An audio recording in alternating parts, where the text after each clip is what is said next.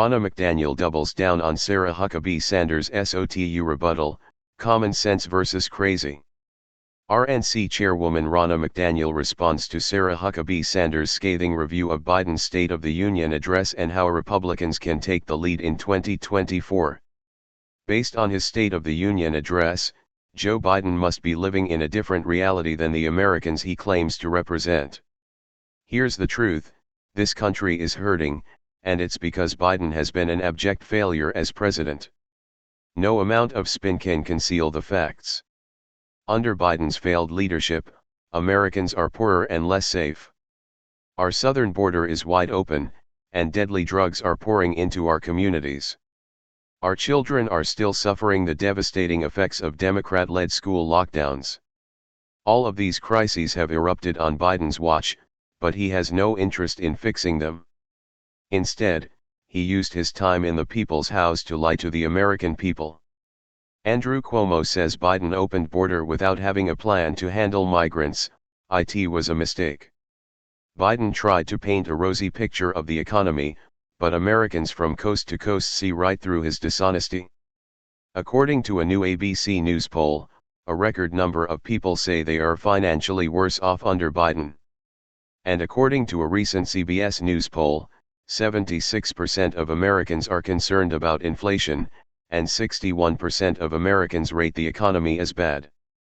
President Biden spoke during a State of the Union address at the U.S. Capitol in Washington, D.C., on Tuesday. President Biden spoke during a State of the Union address at the U.S. Capitol in Washington, D.C., on Tuesday. Nathan Howard/Bloomberg via Getty Images. It's important to remember that liberal economists, some of whom worked in the Obama White House, point to Biden's $1.9 trillion in reckless spending as a key cause of the inflation we've experienced over the past 2 years. The numbers don't lie. Since Biden took office, real wages, incomes, and savings are all down across the board. Americans have lost $9,300 on average paying for the increased cost of living since Biden took office. Biden's economy is leaving folks behind, and no canned applause line can ease the pain that families are feeling on a daily basis. Biden briefly mentioned the southern border but conveniently left out that we don't really have one under his failed leadership. Since Biden took office and threw the border wide open, nearly 6 million illegal immigrants have crossed into America.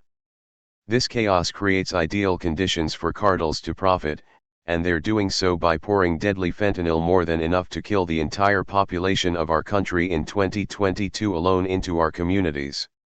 Every state is a border state when you don't have a border. Fact-checking Biden's State of the Union address video. There's no question it makes us less safe, but it's even bigger than that. A self-respecting nation enforces basic border security. Biden's refusal to do so and his refusal to support our beleaguered Border Patrol agents shows that he cares more about appeasing the far left than he does about our nation's safety and integrity. This was Biden's entire strategy Tuesday night. When it comes to crises that have occurred on his watch, he either ignored them completely or misrepresented the situation.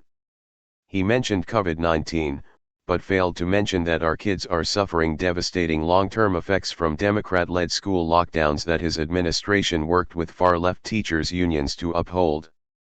He mentioned gas prices but failed to mention that gas has been more expensive every day under his leadership than it was before he took office.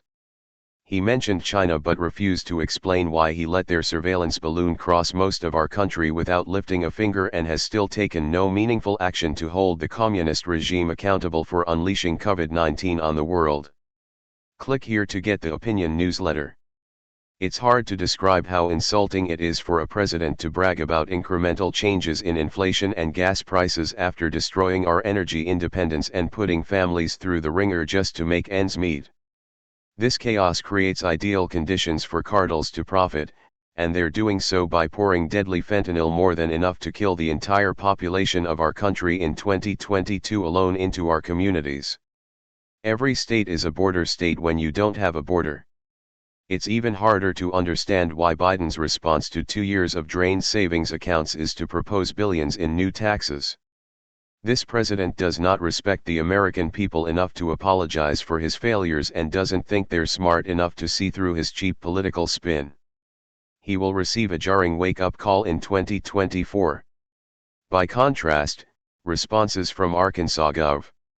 Sarah Huckabee Sanders and Arizona Rep. Juan Ciscomani were honest, direct, and focused on solutions. It's clear that unlike Biden, Gov. Sanders and Rep. Ciscomani understand that Americans are hurting. Where Biden and Democrats offer failed policies, cynical spin, and outright dishonesty, Republicans are offering a strong economy, safe communities, and a generation of children protected from cultural indoctrination and far-left tyranny. We are the party of freedom, prosperity, security, and the American dream. That spirit came through in every word of our responses to Biden's failed speech. It's why we won the House in 2022, it's why we'll win the Senate in 2024, and it's why Joe Biden will be a one-term president.